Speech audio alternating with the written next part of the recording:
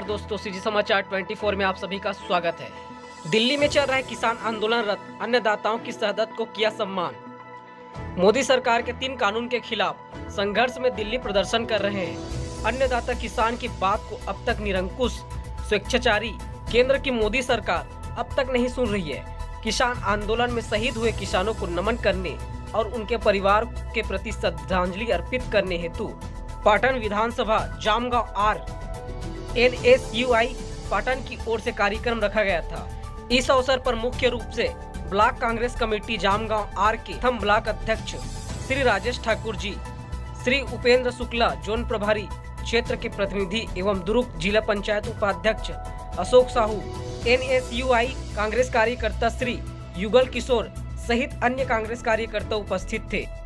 पाटन से विवेक कुमार की रिपोर्ट।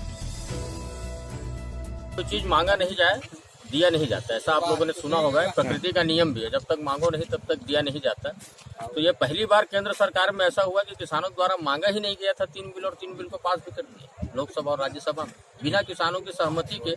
और बहुत सारी किसान संगठन है, किसान संगठनों के साथ चर्चा उपरांत अगर इस बिल को लाते तो निश्चित ही किसान हित में फैसला होता। पूर्णतः किसान के हित में फैसला नहीं हुआ है, किसानों का अनहित होने वाला है। यह देश की ऐसी व्यवस्था की ओर बढ़ रही है जिसमें जो धनी है और धनी हो जाएगा और जो गरीब है और गरीब हो जाएगा, और किसानों की माली हालत बहुत खराब होने वाली है। इसी के विरोध में जो किसान दिल्ली के हमारे सरहद पर डटे हुए हैं और उनमें हमारे जो किसान शहीद हुए, जो अन्नदाता शहीद हुए हैं, उनको हम लोग श्रद्धांजलि अर्पित करने के लिए यहाँ पर इकट्ठा हुए हैं। और हम चाहते भी हैं कि छत्तीसगढ़ सरकार जिस प्रकार किसानों को जो रेट तय करके, जो मूल्य निर्धारित करके समर्थन मूल्य पे धान खरीद रही है बोनस देके, उतना रेट पे तय कर ले केंद्र सरकार। किसान मानने के लिए तैयार क्यों नहीं हो? किसानों के लिए तैयार क्यों नहीं हो? किसानों की आय दोगुनी करने की बात करते हैं नरेंद्र मोदी जी। मैं ये पूछना चाहता हूं उनको कि MSP पर जो अपना निर्णय नहीं दे पा रहे हो, कैसे किसानों की आय दोगुनी करेंगे? MSP मतलब minimum support price. Minimum support price ही तय नहीं कर पा रही है कि उससे कम रेट पर नहीं बिकेगा कहीं पर देश में हमारा अनाज, तो वो क्या किसानों की आय दोगुना करेगी? करनी और कथनी में अंतर है। इसलिए हम सब विरोध भी करते हैं उनके कृषि कानून का, और साथ ही हम अपने किसानों के साथ हैं। किसान जहां तक संघर्ष करने जितनी हो पाएगी, और हमारे NSUI के साथियों ने जो आंदोलन चलाया है, एक पहली धान और 1 रुपए, वो किसान सहयोग कर रहे हैं। छत्तीसगढ़ के सभी किसान इस आंदोलन में अपने आप की सहभागिता सुनिश्चित कर रहे हैं और सभी किसान साथ में चल रहे हैं। तो हम उन किसानों के प्रति भी अपना आभार व्यक्त करते हैं कि उन्होंने हमारे युवाओं, जो नए हमारे NSUI के कार्यकर्ता हैं, उनके साथ मिलकर उन्होंने इस आंदोलन को सफल बना रहे हैं हमारे छत्तीसगढ़ में। और ये संदेश हम चाहते हैं कि नरेंद्र मोदी जी तक जाए और किसानों के साथ कुछ सार्थक पहल कर चर्चा करें, जिससे हमारे किसान सुरक्षित रहे और संरक्षित रहे, ताकि हमको 2 जून की रोटी मिले। तो केंद्र सरकार के किसान बिल विरोध में हमारे देश के किसान जो लगभग 78 जने शहीद हो गए, उसके लिए श्रद्धांजलि दी।